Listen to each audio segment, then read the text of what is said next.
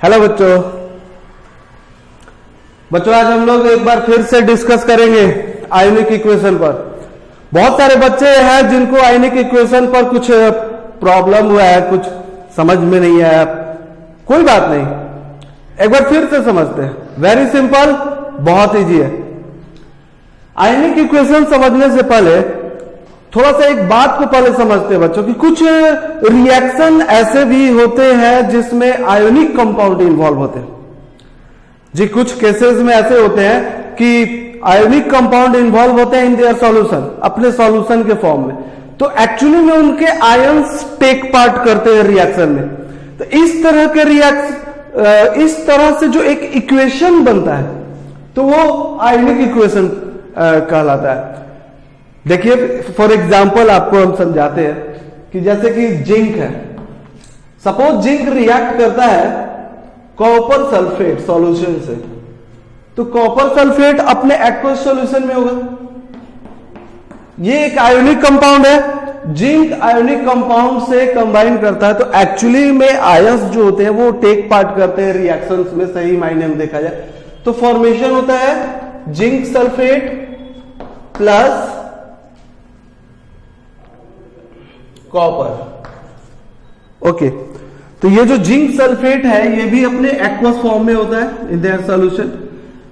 So zinc combines with copper sulphate to form zinc sulphate and copper. Zinc sulphate is also an aqueous form, copper sulphate is also in its solution, that means in aqueous form. तो aqueous form में है। तो अगर ये ionic compound है, ये भी ionic compound है, तो ये अपने आयंस में टूटेगा, ये अपने आयंस में ब्रेक डाउन होगा। सो हम लोग कॉपर सल्फेट को क्या लिख सकते हैं? जिंक को तो जिंक रखेंगे क्योंकि ये आयोनिक कंपाउंड नहीं है, ये एलिमेंट है, ये सिंगल ही रहेगा।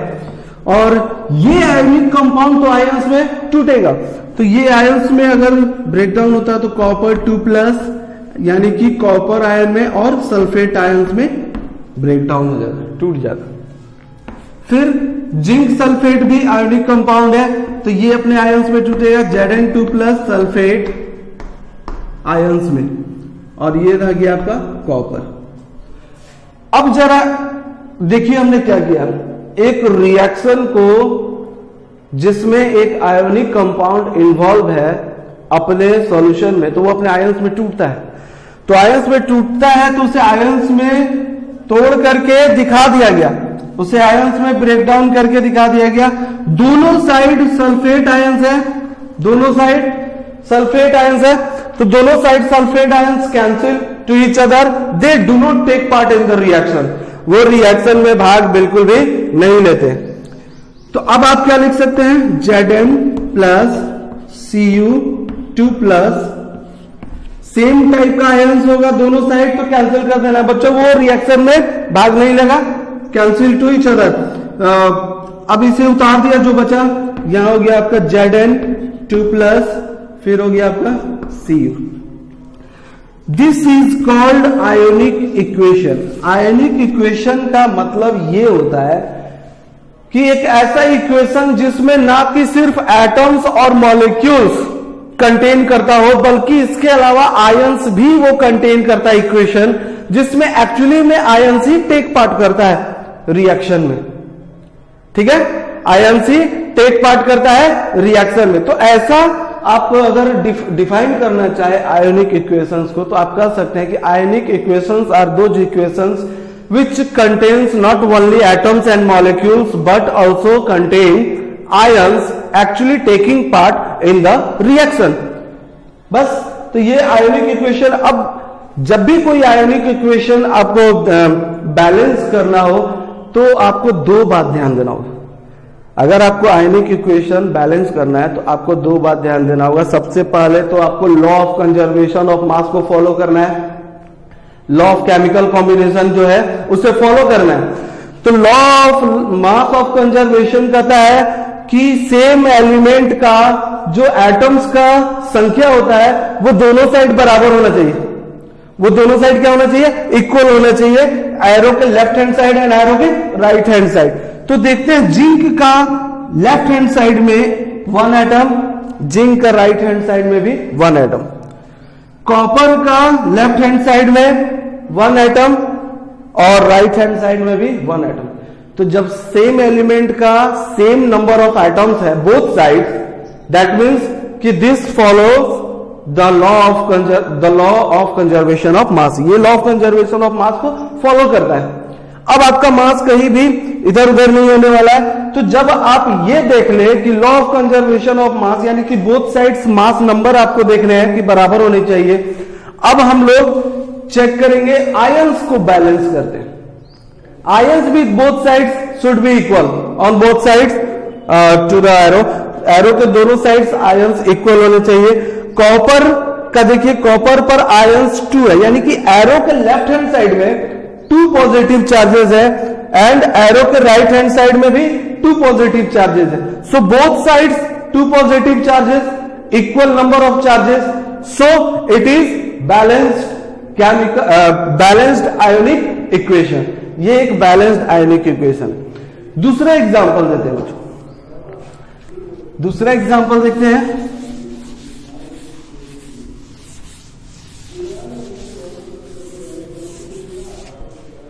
एक एग्जांपल देखते हैं, एल्युमिनियम कंबाइन करता है HCl से। So HCl in aqueous form, hydrochloric acid, okay. Then क्या बनता है, AlCl3 aluminium chloride, it is also in aqueous form and hydrogen gas बनता है। तो सबसे पहला बात यह है कि अगर इसे आयंस में हम लोग तोड़ते हैं तो आयंस में तो तोड़ेंगे, लेकिन पहले इसे बैलेंस तो कर ले। ये इक्वेशन बैलेंस्ड नहीं है, तो इसे बैलेंस्ड करते हैं। तो यहां पर क्लोरीन 1 है, यहां पर क्लोरीन 3 है, तो यहां पर 3 से मल्टीप्लाई करते हैं अगर, तो अगर यहां 3 से मल्टीप्लाई करते हैं तो यहां हाइड्रोजन 3 होता है और यहां पर हाइड्रोजन 2 होता है। तो ये भी नहीं होगा बच्चों, यहां पर हम लोग अगर 6 कर देते हैं और यहां हाइड्रोजन के आगे 3 लगाते हैं तो हाइड्रोजन 6 हो गया। आपका क्लोरीन बनता है 6, क्लोरीन 6 से यहां 3 है, तो यहां 2 से मल्टीप्लाई कर देते हैं, तो यहां भी 2 कर देंगे तो एल्युमिनियम। अब आप बैलेंसिंग मिलाइए एक बार फिर से, 2 एल्युमिनियम 2 एल्युमिनियम, 6 क्लोरीन, 3 2 जा 6 क्लोरीन, 6 हाइड्रोजन 6 हाइड्रोजन, ओके। अब हम लोग इसे आयंस में तोड़ेंगे क्योंकि ये हाइड्रोक्लोरिक एसिड अपने सॉल्यूशन में है, आयोनिक कंपाउंड है, तो ये टूटेगा, ब्रेकडाउन होगा।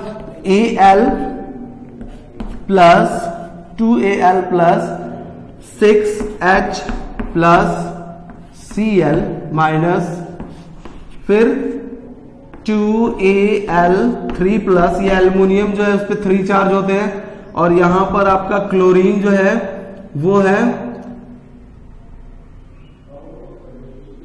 3 2 जा 6 क्लोरीन है बच्चों, तो ये हो गया आपका 6Cl minus, okay, 6Cl minus.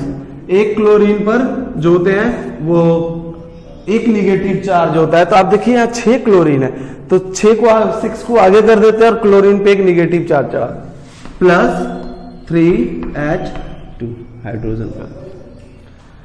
अब आप जरा देखिए तो ये देखिए, ये क्लोरीन आयन यहां भी 6 है, 6 से मल्टीप्लाइड है, देख लीजिए आप, ये क्लोरीन आयन और ये क्लोरीन आयन कैंसिल हो गया, सेम टाइप का है, they do not take part in the chemical reaction, so equation should be 2Al plus 6H plus फिर 2Al3 प्लस 3H2।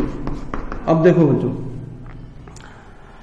अगर देखा जाए तो सब कुछ बराबर। फर्स्ट में आपको आयोनिक इक्वेशन जब भी बैलेंस्ड करना हो तो 2 चीज आपको मिलाना है, और वो 2 चीज क्या होगा, एक तो नंबर ऑफ एटम्स दोनों साइड बराबर होंगे, दूसरा आयंस भी इक्वल होना चाहिए। तो 2 एल्युमिनियम यहां भी है, 2 एल्युमिनियम यहां भी है, एल्युमिनियम का एटम सेम है। 6 हाइड्रोजन यहां भी है, अगर देखा जाए तो 6 हाइड्रोजन यहां भी है, ये सेम है। So this follows the law of conservation of मास। अब हम लोग देखते हैं, let's see about the number of charges. तो यहां पर 6 पॉजिटिव चार्ज है, लेफ्ट हैंड साइड में कितने हैं 6 पॉजिटिव चार्ज, आप मल्टीप्लाई करके देखिए। आप राइट हैंड साइड में भी देखिए, 2 को 3 प्लस से मल्टीप्लाई करें तो 6 पॉजिटिव चार्ज होते हैं, तो 6 positive charge left hand side भी और 6 positive charge right hand side, तो दोनों इक्वल है। तो this is the balanced ionic equation, हम लोग इसे बैलेंस्ड आयोनिक इक्वेशन कहते हैं। चलिए कुछ एग्जांपल दे करके फिर सॉल्व कराते हैं, फिर आपको बहुत इजी लगेगा बनाना। आपके बुक में भी दिया एग्जांपल, उसी एग्जांपल को सॉल्व करते हैं। Copper Ag plus,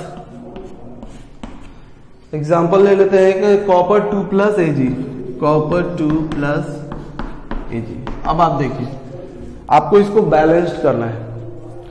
if you have to balance this ionic equation, अगर आपको ये आयोनिक इक्वेशन दिया है और आपको इसको बैलेंसिंग करना है, तो सबसे पहले आपको क्या करना है, number of atoms of the same element should be equal on the both sides. तो दोनों साइड्स में नंबर ऑफ एटम्स पहले बराबर होने चाहिए। कॉपर का यहां देखिए 1 एटम, कॉपर का यहां भी 1 एटम, यहां पर सिल्वर का 1 एटम, राइट हैंड साइड भी सिल्वर का 1 एटम, तो नंबर ऑफ एटम्स तो इक्वल है। अब हम लोग चार्जेस पे आते हैं, charges should be equal on both sides. तो लेफ्ट हैंड साइड में single positive charge, right hand side में डबल पॉजिटिव चार्ज। तो अब तो बच्चों यहां पर इस सिंगल पॉजिटिव चार्ज को डबल पॉजिटिव चार्ज करने के लिए आपको यहां 2 से मल्टीप्लाई करना होगा, ताकि ये डबल पॉजिटिव चार्ज हो। यहां भी 2 पॉजिटिव चार्ज हो गया, यहां भी अब 2 पॉजिटिव चार्ज हो गया, इक्वल हो गया। अब यहां 2 लगाने से अब नंबर ऑफ एटम्स अनइक्वल हो गया, यहां राइट हैंड साइड में 1 एटम, लेफ्ट हैंड साइड में 2 एटम, तो ये अनइक्वल हो गया। तो फिर आप यहां भी 2 लगा लीजिए। अब आप देखिए, बिल्कुल ये बैलेंस्ड आयोनिक इक्वेशन है, ठीक है। और कोई दूसरा एग्जांपल लेते हैं।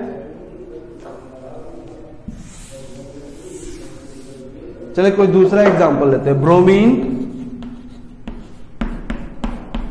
आयोडाइड आयंस, फिर आपका ब्रोमीन, ब्रोमाइड आयन है और आयोडीन है। Okay, you have to balance, आपको इसको बैलेंसिंग करना है। तो सबसे पहले बैलेंसिंग आयोनिक इक्वेशन करने के लिए नंबर ऑफ एटम्स वाला इक्वल करना होगा, law of conservation of mass. फिर then after number of charges देखने होंगे, दोनों साइड बराबर होना चाहिए। तो पहले आते हैं नंबर ऑफ एटम्स में। यहां देखिए, ब्रोमीन यहां पर 2 है, यहां पर आयोडीन 1 है, यहां पर ब्रोमाइड अगर इसको देखे एटम तो यहां पर 1 है, और यहां देखे आयोडीन तो 2 है, यहां 1 है और यहां 2 है, यहां पर 2 ब्रोमीन है और यहां पर 1। तो हम लोग क्या करेंगे, पहले यहां 2 है तो आप इसे 2 से मल्टीप्लाई कर लो, ताकि नंबर ऑफ एटम्स पहले इक्वल हो जाए। यहां पर आयोडीन 1 है, यहां 2 है, आप यहां भी 2 कर लो, यहां भी 2 आयोडीन हो गया, यहां भी 2 आयोडीन हो गया, यहां ब्रोमीन 2 है, यहां भी ब्रोमीन 2 है। चलिए एटम्स तो इक्वल हो गया। अब हम लोग चार्जेस को देखते हैं। चार्जेस, यहां लेफ्ट हैंड साइड में 2 निगेटिव चार्ज, तो राइट हैंड साइड में भी तो 2 negative charge. Right hand side में देखिए 2 निगेटिव चार्ज और लेफ्ट हैंड साइड में भी 2 negative charge. So charges is equal on both sides, charges भी इक्वल हो गए, सो इट इज बैलेंस्ड, हो गया balanced, balanced ionic equation, balance हो गया। कोई दूसरा एग्जांपल देखते हैं। Na प्लस H प्लस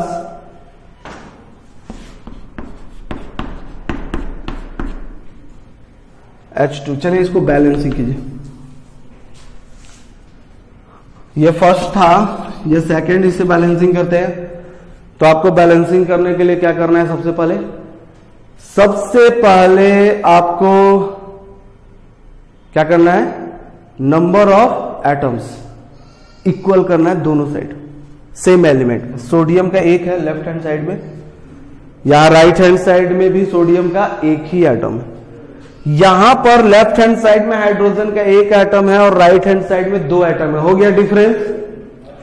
तो यहां पर 2 है, यहां पे हाइड्रोजन का 1 एटम है, तो यहां पे चुपचाप से 2 से मल्टीप्लाई कर देते, तो नंबर ऑफ एटम्स तो इक्वल हो गए।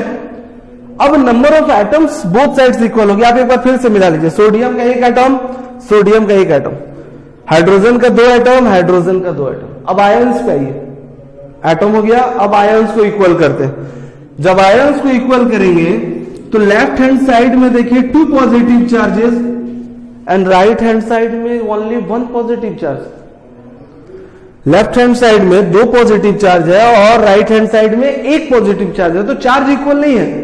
तो इक्वल करने के लिए जहां कम है वहां मल्टीप्लाई करेंगे। कम है राइट हैंड साइड में, तो राइट हैंड साइड में कितना है, 1 है, हमको इसको 2 बनाना है इसके बराबर, तो हमको यहां 2 से मल्टीप्लाई करना होगा ताकि यहां 2 पॉजिटिव चार्जेस हो जाए और यहां भी 2 पॉजिटिव इक्वल हो जाए। चलिए चार्जेस इक्वल हो गया, ठीक। लेकिन यहां 2 लगाने से फिर नंबर ऑफ एटम्स में डिफरेंस आ गया बच्चों। राइट हैंड साइड में sodium 1, sorry right hand side में सोडियम 2 और लेफ्ट हैंड साइड में 1। सो आपको नंबर ऑफ एटम भी तो इक्वल करना है। अब आप फाइनली मिलाइए, 2 सोडियम का एटम, 2 सोडियम का एटम, 2 हाइड्रोजन, 2 हाइड्रोजन, आयंस भी आप देखिए उसके बाद आयंस मिलाइए, 2 पॉजिटिव चार्ज, 2 पॉजिटिव चार्ज, हो गया balanced. This is the balanced ionic equation. एक और एग्जांपल देते हैं लास्ट, उसके बाद आपको जो भी बनाना होगा वो आप खुद से बनाएंगे। इसके बाद नो कंफ्यूजन।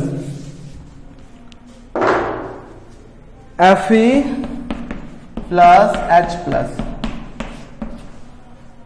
और Fe2 प्लस यानी कि आयरन और ये हो गया आपका हाइड्रोजन, Fe2 प्लस H2। चलिए इसको बैलेंस करते हैं।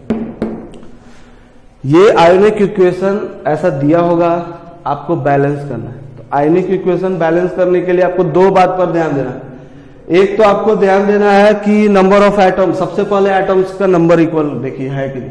यहां आयरन 1, यहां भी आयरन का 1 एटम इक्वल है, यहां हाइड्रोजन का 1 एटम, राइट हैंड साइड में 2 एटम। देख लो बच्चों, ध्यान से देखो, आयरन का नंबर ऑफ एटम सेम है बट हाइड्रोजन के एटम्स में डिफरेंस है। राइट हैंड साइड में 2 है, यहां 1 है। सो सबसे पहले आप एटम्स का संख्या को बराबर कीजिए, हो गया। अब आप मिलाइए कि एटम्स दोनों तरफ बराबर हो गए कि नहीं। यहां आयरन 1, यहां भी आयरन का 1 एटम, यहां हाइड्रोजन का 2 एटम, यहां हाइड्रोजन का 2 एटम। अब आयंस मिलाते हैं। आयंस लेफ्ट हैंड साइड में 2 positive charges and right hand side में 2 positive charges, so both are equal, दोनों साइड से इक्वल है। So this is the balanced ionic equation. यह बैलेंस्ड हो चुका है। तो कोई भी आयनिक इक्वेशन दिया हो तो आपको सिर्फ 2 बात पर ध्यान देना है कि पहले आपको नंबर ऑफ एटम्स इक्वल करना है सेम एलिमेंट का दोनों साइड, इसके बाद आपको चार्जेस इक्वल करने। तो क्या होता है, कभी कभी चार्जेस इक्वल करने के लिए नंबर ऑफ एटम्स का संख्या वो इधर उधर हो जाता है, तो कोई बात नहीं है, फिर उसको मिला लीजिए। अगर कम पड़ रहा है नंबर ऑफ एटम्स तो जहां घट रहा है, जहां कम हो रहा है वहां फिर से मल्टीप्लाई कर लीजिए आप, और लास्ट में आप सब कुछ मिला के चलेंगे कि मेरा ये इक्वेशन बैलेंस है या नहीं। आपको एटम्स भी मिलाना है और आपको आयंस का संख्या भी सेम मिलाना है। ओके, तो आई थिंक बच्चों की अब आपसे कोई भी प्रॉब्लम नहीं होगा। अब आप समझ चुके होंगे आयनिक इक्वेशन। फिर हम लोग अब नेक्स्ट क्लास में जो है एसिड, बेसेस और साल्ट्स पढ़ेंगे।